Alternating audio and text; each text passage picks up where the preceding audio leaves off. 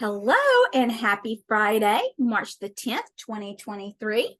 We are on I believe we're on goodness, I've lost my days. Day 2.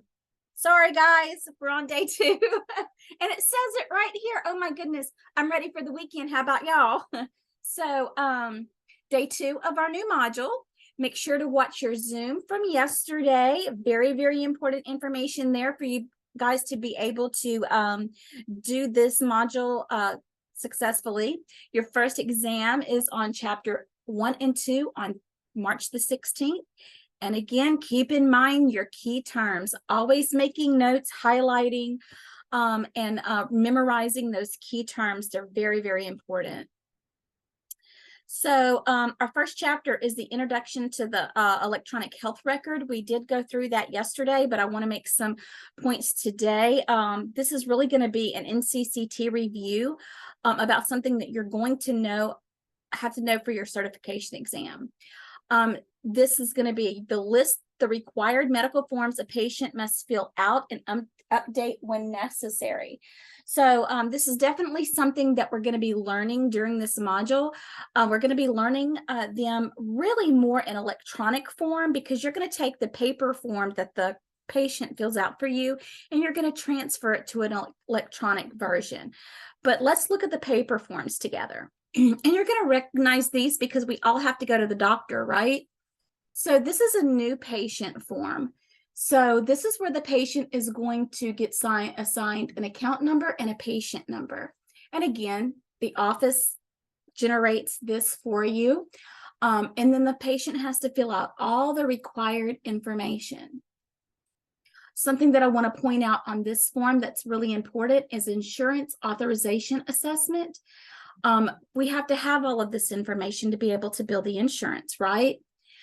So we have to make sure. It's a different thing when we're sitting on the patient side and we're like, oh my goodness, I have to fill out all this stuff. What do they want all this for? Well, they need all of this in order to get reimbursed for services.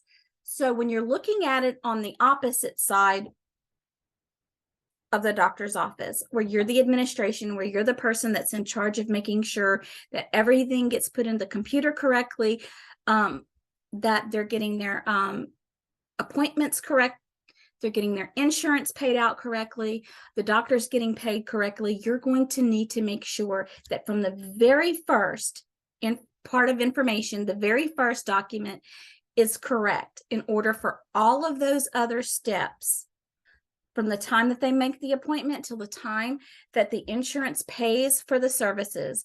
It is so important that this first step is completed and accurate in order for all the other steps to come back clean and paid. So this is the patient health history. You guys know we've all filled these out, right? With the name and have you had the measles? Have you had the mumps? I mean, these are just some examples. This can be found in your textbook too, by the way.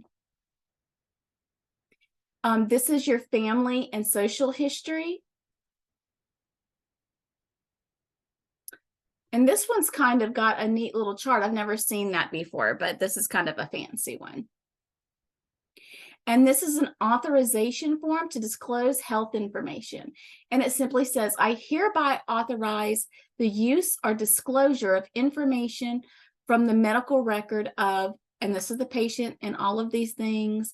And then you tell who and what can be authorized to be sent, who it can be sent to and what can be sent. So this is really, really, really important. The complete health record is considered a legal document, as federal law requires that providers document patient care.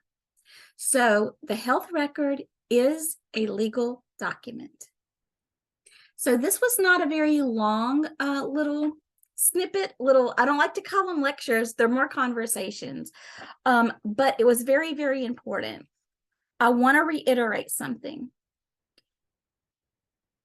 It all starts when the patient calls and makes an appointment.